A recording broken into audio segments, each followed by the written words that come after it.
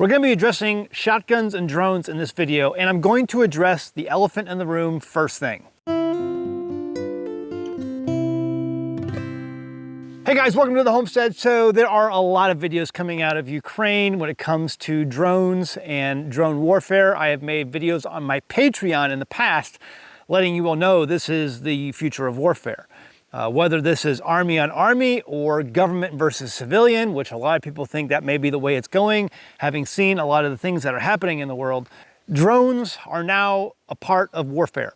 The elephant in the room that I want to talk about is going to be the drones versus shotguns, because every time this topic comes up, there's always a number of people in the comments below on any video, not just my videos, but on any video that say something along the lines of keyboard commando-ish.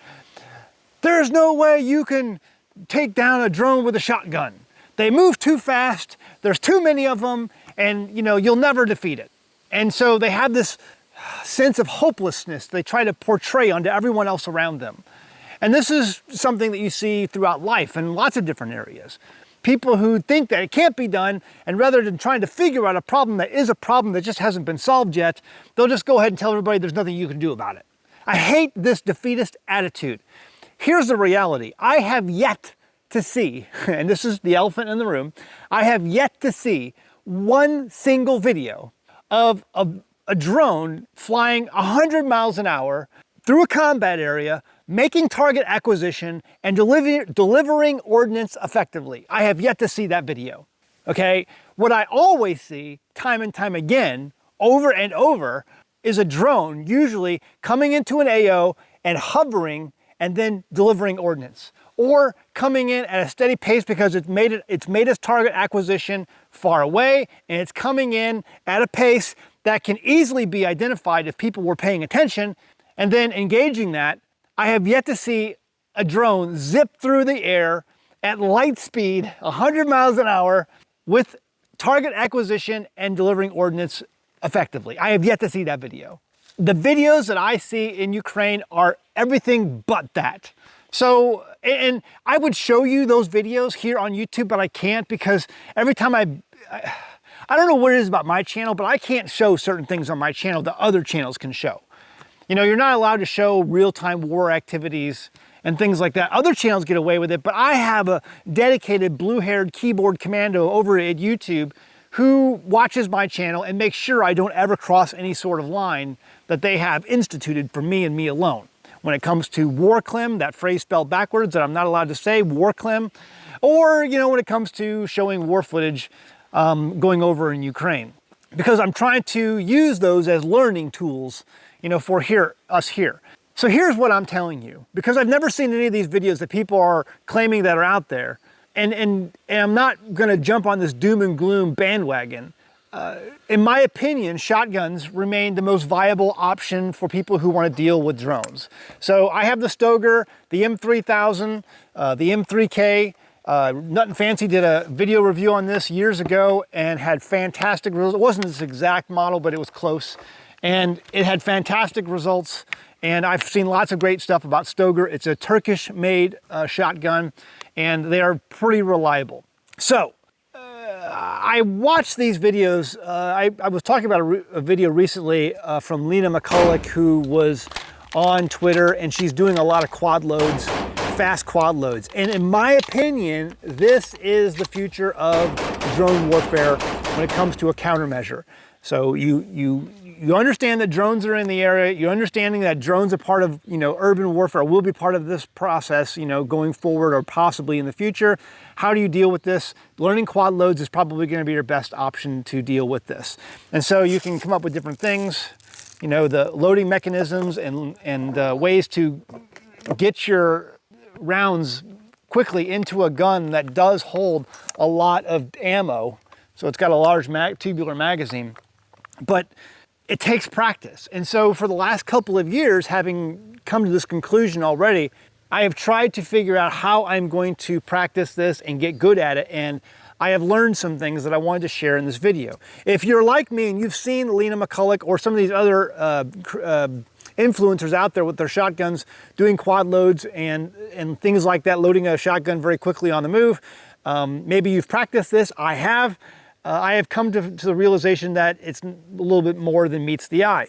If you notice on any of these videos, the magazine well is dremeled down. So it does not look like a stock magazine well. Now this one is already, it comes from the factory a little bit more carved out than some of the ones that you would normally see in the store. And that's because it's made for quick reloads out in the field. It's a field gun. So, but what she has in her videos, it's dremeled down much more. In fact, like on this one, you can barely see the follower that comes up through here. Right now there's a shell in there. But on hers, you can, most of the follower is exposed. So that tells you right there it's been dremeled out. Also, what I've noticed, but I haven't, I can't actually see it. I can just kind of look at the video, examine the video, and kind of take some things away from it. The spring, the trap door spring, the mag door spring is less.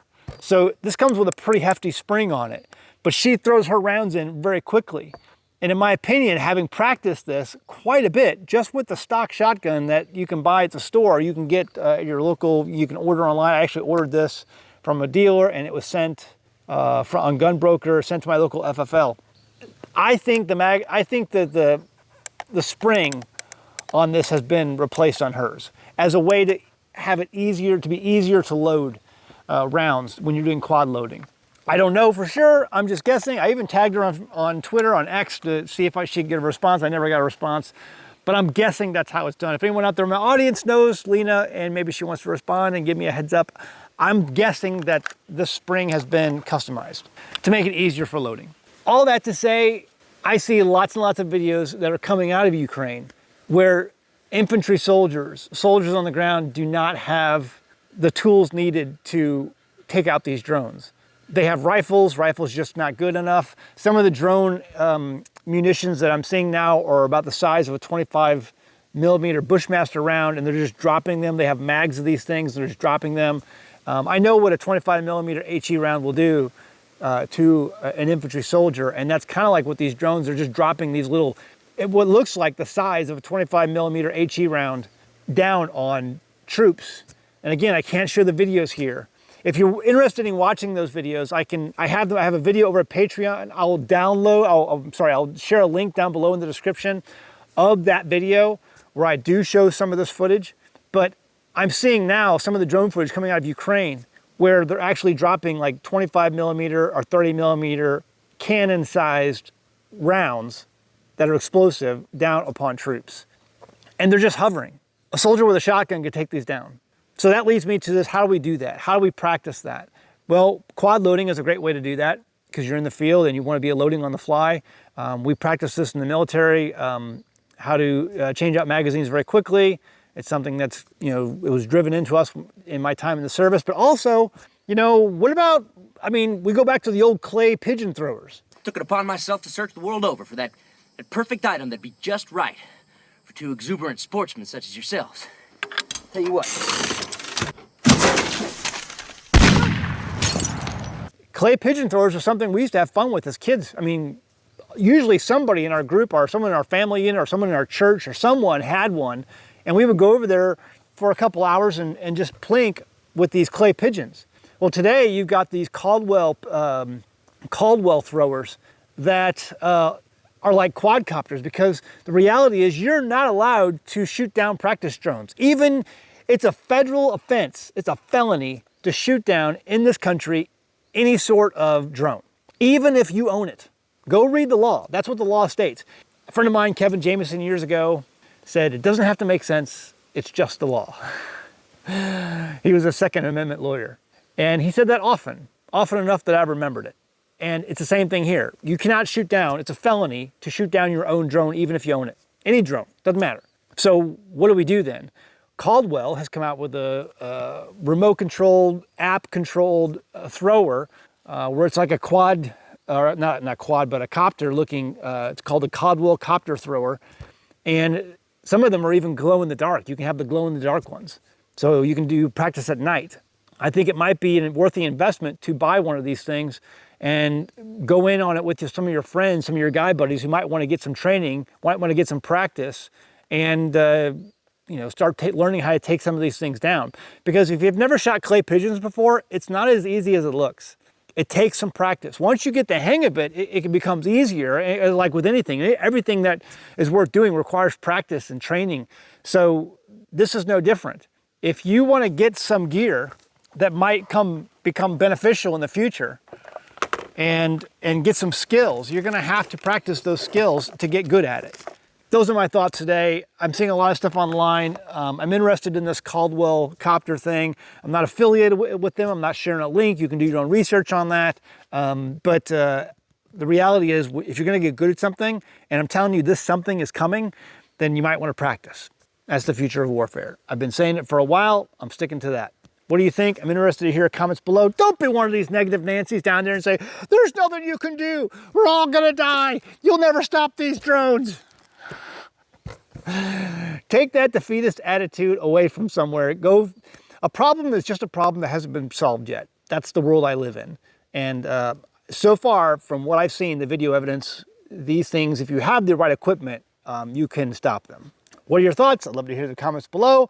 Even if you disagree with me, I'm still interested in your comments. Leave them below. All right, guys. Hey, check out our merchandise over at OUPES Solar Generators. I've been affiliated with these guys for a number of years now. They're running a gigantic sale.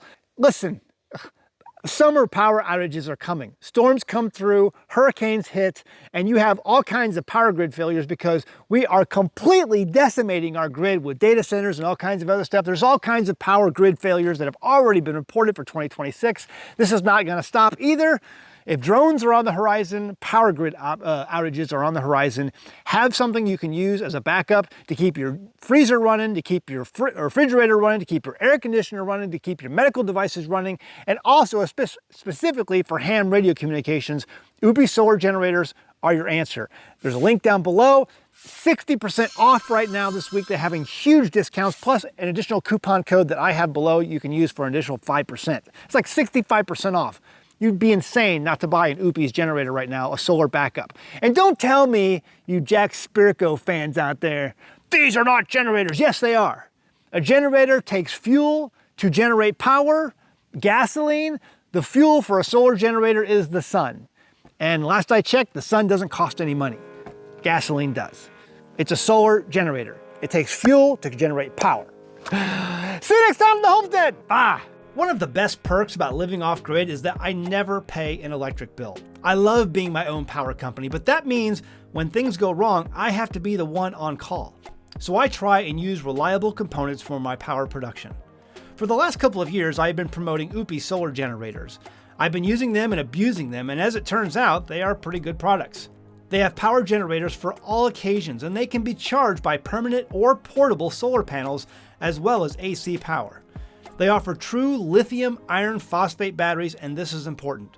Recently, a family in my area had a different brand that uses the less stable nickel manganese cobalt or NMC type batteries. The unit caught fire in the middle of the night. It was a scary situation and it caused damage to the home, but thankfully nobody was hurt.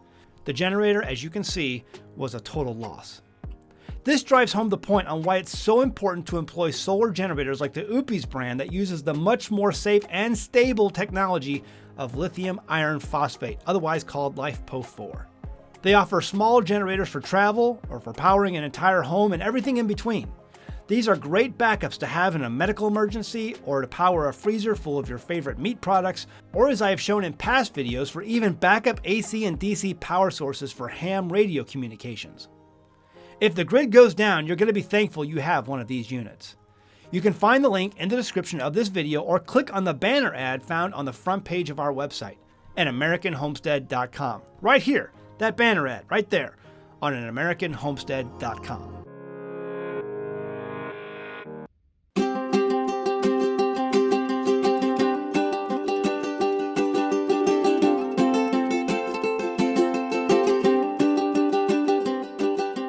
Hey guys, did you know you can become a patron of an American Homestead? They get access to private videos, and we send them gifts from the homestead that we make here on the homestead. And we also enter our patrons into special giveaways that are only available to them. And before you go, please check out these other great videos. Go ahead, click. Oh wait,